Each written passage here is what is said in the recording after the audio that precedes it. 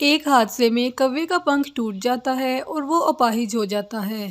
मेरी तो किस्मत ही खराब थी जो मेरी तुमसे शादी हो गई। अगर कुछ पैसा जमा किया होता तो आज हमारे काम आता। अब कैसे चलेगा घर का खर्च? गोरी, जो मैं कमा कर लाता था तुम सारे का सारा लगा देती थी अपने मेकअप पर। मेरा काम कमाना था और तुम्हारा काम इकट्ठा करना। मैंने कौन सा अपना पंख जानबूझकर तोड़ा है जो तुम ऐसा कह रही हो?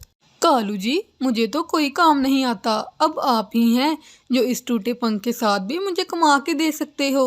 वो कैसे गोरी? मैं टूटे पंख के साथ कैसे काम करूँगा? कालू जी, एक उपाय है मेरे पास। मैं तुम्हें जंगल के बीच वाले रास्ते में बिठा दिया करूँगी और तुम भीख मांगना आते जाते पक्षियों से। क्या? भीख? अब मैं भीख मांगूंगा? क्या हो गया है गोरी तुम्हें? कालू जी, इसमें बुराई ही क्या है? घर चलाने के लिए कुछ ना कुछ तो करना ही पड़ेगा। फिर दूसरे रोज गोरी कौवी कालू कौवे को जंगल के बीच वाले रास्ते में बिठा देती है। अब मैं जाती हूँ और अच्छे से भीख मांगना और ज्यादा पैसे इकट्ठे करना, वरना मैं तुम्हें छोड़कर चली जाऊंगी। ना ना पत्नी जी, ऐसा मत करना। मैं तुम्हारी खुशी के लिए कुछ भी कर सकता हूँ। फिर कालू भीख मांगना शुरू कर देता है। भूखा हूँ, अपाहिज हूँ, कोई मेरी मदद करे। फिर रास्ते से गुजरने वाला हर पक्षी कालू को 2 रुपये या 5 रुपये दे जाता। शाम तक कालू के पास काफ़ी पैसे जमा हो जाते हैं। जैसे ही शाम होती है गोरी कौवी वहाँ आती है और सब पैसे उठा लेती है। कालू जी, घर जाकर तुमने क्या करना है? इधर इसी पेड़ के नीचे सो जाओ, कल फिर भी आना ही है ना? इधर ही सो जाओ। गोरी, तुम मेरी पत्नी हो। मेरी आज अगर जरा तबीयत खराब है, मेरा पंख टूट गया है, तो तुम मेरे साथ इतना बुरा बर्ताव क्यों कर रही हो? चुप करके सो जाओ वरना मैं तुम्हें छोड़ दूंगी। नहीं गोरी, मैं इधर ही सो जाता हूँ। दूसरे दिन जब कालू भीख मांग रहा था तो वहाँ एक चिड़िया आती है। अरे, क्या तुम कालू हो? हाँ, मेरा नाम कालू है। मैं रानो हूँ, तुम्हारी बचपन की दोस्त।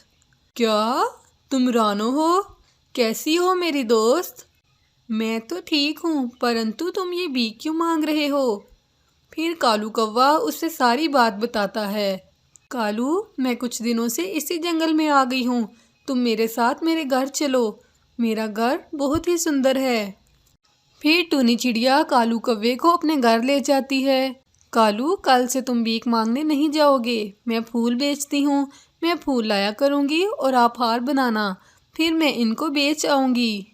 टूनी, किसी ने सच ही कहा है, अगर रिश्तों में प्यार ना हो तो रिश्ते किसी काम के नहीं। एक मेरी पत्नी है जो मुझे पैसों के लालच में भीख मांगने पर मजबूर करती है, और एक तुम हो जो मेरा इतना ख्याल कर रही हो। दूसरे दिन जब गोरी कालू से पैसे लेने आती है तो वो देखती है कालू कौवा वहाँ पर नहीं। अरे, ये लंगड़ा कहाँ चला गया? लगता है उसे कोई पक्षी अपने साथ ले गया। हाँ, कालू को मैं अपने साथ लेके गई थी। तुम कौन हो और तुम होती कौन हो कालू को अपने साथ लेके जाने वाली? मैं टूनी हूँ और कालू मेरा बचपन का दोस्त है। मैं कालू को भीख मांगते नहीं देख सकती, इसलिए कालू को मैं अपने घर ले गई। कालू, तुम भीख नहीं मांगोगे तो मैं खाना कैसे खाऊंगी? गोरी, मुझे माफ़ करना। तुम हर वक्त कहती थी ना कि मुझे छोड़कर तुम अपनी माँ के पास चली जाओगी। आज मैं तुम्हें कहता हूँ, जाओ तुम अपनी माँ के पास ही। मैं अब भीख नहीं मांगूंगा। तुम जा सकती हो गोरी, मैं अपने दोस्त को भीख मांगते नहीं देख सकती। फिर गोरी कौवी वहाँ से शर्मिंदा होकर चली जाती है। वो बहुत शर्मिंदा थी कि उसने मुश्किल वक्त में अपने पति का साथ नहीं दिया। और चिड़िया जो उसके बचपन की दोस्त थी, उसने कालू को घर भी दिया और इज्जत भी।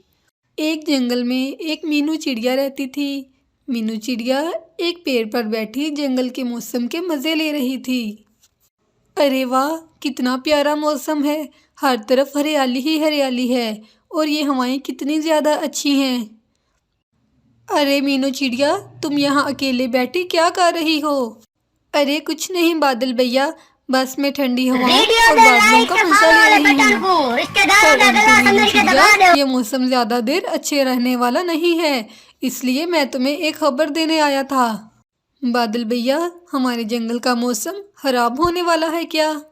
अरे हाँ मीनू चिड़िया, कल इस जंगल में बहुत ज़्यादा काले काले और घने बादल आएंगे और इस जंगल में बहुत ज़्यादा बारिश बरसाएंगे। इसलिए तुम तमाम पक्षियों के घर जाओ और उनसे कहो अपने घरों को मजबूत कर लें। आपका बहुत बहुत शुक्रिया बादल भैया, आपने मुझे ये खबर दी। मैं तमाम पक्षियों के घर जाकर इन्हें बता दूंगी। फिर मीनू चिड़िया को खबर सुनाने के बाद बादल वहाँ से चला जाता है। मीनू चिड़िया भी तमाम पक्षियों के घर खबर देने चली जाती है। सबसे पहले मीनू चिड़िया एक तोते के घर जाती है और उससे कहती है, अरे तोते भैया, आपको पता है कल हमारे जंगल में ज़ोरों की बारिश आने वाली है, इसलिए मैं आपको बताने आई हूँ कि आप अपने घर को मजबूत कर लें। अरे मीनू चिड़िया, तुम्हारा बहुत बहुत शुक्रिया, परंतु तुम देखो तो मैंने अपना घर पहले ही मजबूत कर लिया है।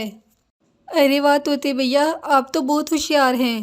फिर मीनू चिड़िया तोते के घर से निकल जाती है और कुछ ही देर में एक कबूतर के घर पहुंचती है। अरे वाह मीनू चिड़िया, आज हमारे घर का चक्कर कैसे लगा लिया? अरे कबूतर भाई, बात ही कुछ ऐसी है। मैं दरअसल आपको बताने आई हूँ कि कल हमारे जंगल में बहुत ज़्यादा बारिश होगी, इसलिए आप अपने घर को मजबूती से बना लीजिए ताकि बारिश की वजह से आपका घर कहीं बह ना जाए।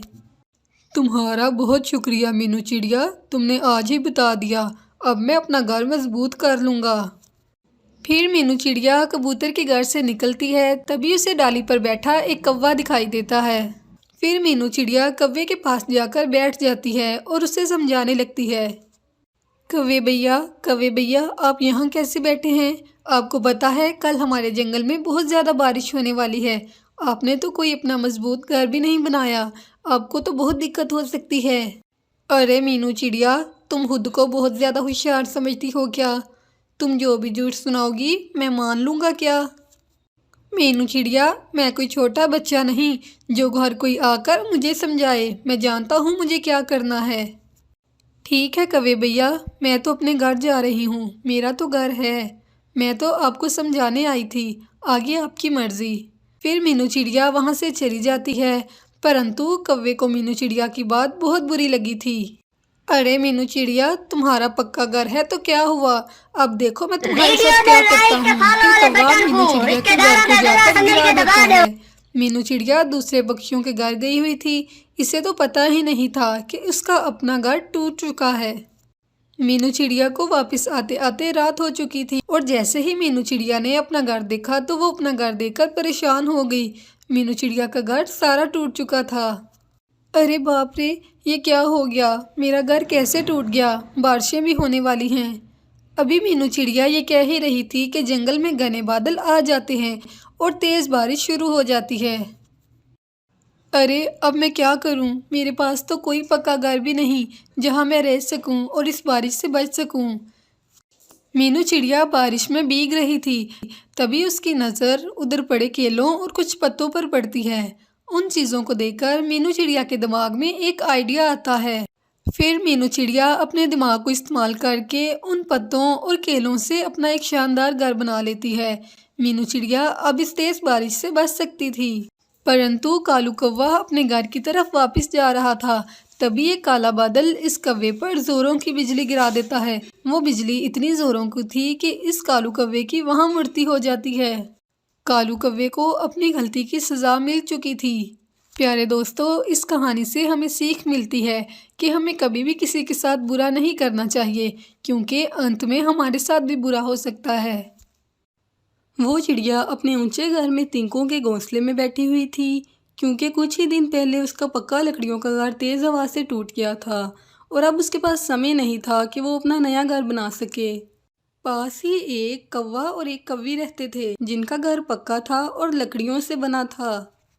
कालू जी, पूरे 4 बच्चे निकले हैं इस छोटी चिड़िया के अंडों से, और तुम्हें तो पता है वो चिड़िया आसपास का सारा दाना खा जाती है, और अब अगर उसके बच्चे बड़े हो गए तो फिर तो हमें भूखा ही मरना पड़ेगा, और मेरा जग्गू कैसे भूखा रहेगा। हाँ गौरी, मुझे भी यही चिंता खाए जा रही है। अब तो इस चिड़िया का कुछ करना ही होगा। मेरे पास एक उपाय है, तुम जग्गू का ध्यान रखना और मैं जाता हूँ चिड़िया के पास। और फिर कालू कौवा चिड़िया के पास जाता है। चिड़िया बहन कैसी हो, क्या हो रहा है? कालू भैया मैं तो दाने की खोज में जाने ही वाली थी, मेरे बच्चे भूखे हैं। चिड़िया बहन आजकल जंगल में चील आई है, अगर उसने तुम्हारे बच्चे देख लिए तो वो तुम्हारे बच्चों को खा जाएगी। तुम जब भी दाने की तलाश में जाओ अपने बच्चों को मेरे घर छोड़ जाया करो। मैं तुम्हारे बच्चों का बहुत ध्यान रखूंगा और इसके बदले तुम मेरे लिए दाना ले आना। चिड़िया ये सोचकर बहुत खुश हो जाती है और दाने की खोज में निकल जाती है। अब तो इन बच्चों को चील खा जाएगी, मगर चील को कैसे पता चलेगा? मैं ऐसा करता हूँ, गोरी को जाकर कहता हूँ कि वो चील को बता आए कि बच्चे अकेले हैं, वो आकर इन बच्चों को खा ले। फिर कौवा उसी समय गोरी के पास जाता है। गोरी जल्दी जाओ, अपनी सहेली चील को बुला लाओ कि वो आकर चिड़िया के बच्चों को खा ले। कालू जी मैं चील को बुला लाती हूँ, तुम जग्गू का ध्यान रखना। फिर गोरी चील को लेने चली जाती है और उसे चील का घर पता था। वो नदी को पार करके चील के पास गई। वो अभी थोड़ी ही दूर थी, उसने देखा कि चील उधर बैठी एक कौवे को मारकर खा रही थी और मज़े कर रही थी। अरे ये क्या, मेरी सहेली तो कौवे भी खाती है, लगता है मेरी सहेली इसीलिए बनी होगी मुझे खाने के लिए। और फिर गोरी कौवी वहाँ से भाग जाती है। कालू जी मेरी सहेली तो मुझे ही धोखा दे रही थी, मैं जब गई तो वो मेरे जाने तक एक कौवे को खा रही थी और मैं उसी वक्त वहाँ से भाग आई। गोरी कौवी अब हम चिड़िया के बच्चों को कैसे मारेंगे? अगर इन बच्चों को हमने खुद मारा तो चिड़िया को पता चल जाएगा। और फिर रात हो जाती है। कौवा और कौवी अपने बच्चे के साथ सो जाते हैं, चिड़िया भी अपने बच्चों के साथ सो जाती है। और फिर दूसरे दिन चिड़िया अपने बच्चों को लेकर कौवे के घर जाती है। कौवे भैया दरवाज़ा खोलें, मैं अपने बच्चों को आपके घर छोड़ने आई हूँ, मुझे भोजन लेने जाना है। कालू जी अब क्या करें, ये चिड़िया तो अपने बच्चों को घर तक ले आई। गोरी कौवी एक बार इन बच्चों को अंदर तो आने दो, फिर हम देख लेंगे इन बच्चों का क्या करना है। फिर कालू दरवाज़ा खोलता है और चिड़िया घर के अंदर चली जाती है। कालू भैया आप आए ही नहीं थे, मुझे देर हो रही थी, मैं इसलिए बच्चों को आपके घर ले आई। हाँ चिड़िया बहन जाओ, शाम को भोजन लेती आना हमारे लिए। फिर चिड़िया वहाँ से चली जाती है। कालू जी अब क्या करें इस चिड़िया के बच्चों का? अरे चुप करके बैठो, अब अगर शोर किया तो मैं तुम सबको चील के हवाले कर दूंगा। कुछ समय के बाद चिड़िया भोजन ले आती है। कालू भैया ये ले भोजन, बस इतना ही मिला था, इसमें से मैंने आधा आपको दे दिया और आधा मैंने अपने लिए रख दिया। और फिर चिड़िया अपने बच्चों को वहाँ से लेकर चली जाती है। चलो ये तो अच्छा हो गया, कौवा थोड़े से भोजन के बदले में मेरे बच्चों का ख्याल तो रखता है। लेकिन चिड़िया ये सब ऊपर ऊपर से कह रही थी, हकीकत वो जानती थी कि कालू कौवा उसको और उसके बच्चों को मारने के उपाय ढूंढ रहा है और वो सब नाटक कर रहा है। कालू जी दिन रात गुजरता जा रहा है और चिड़िया के बच्चे बड़े होते जा रहे हैं, अगर चिड़िया के बच्चे बड़े हो गए तो वो सारा दाना खा जाएंगे। फिर जोरदार बिजली चमकती है और बारिश शुरू हो जाती है। कालू जी बाहर तो बारिश शुरू हो गई है।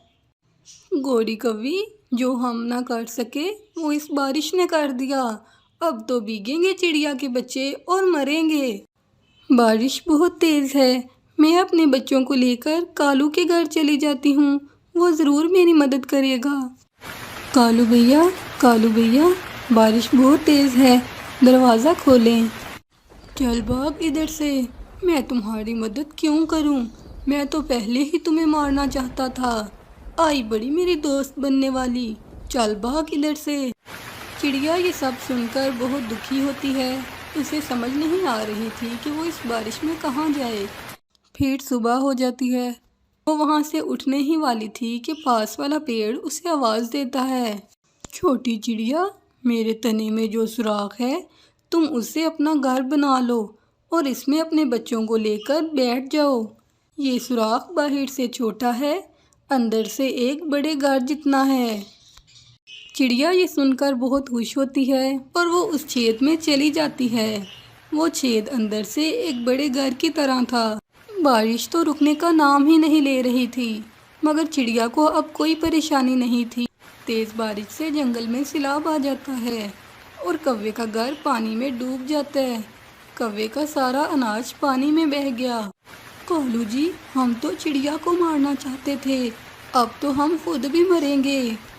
वो उधर बैठे थे तो चिड़िया की नज़र उन पर पड़ती है।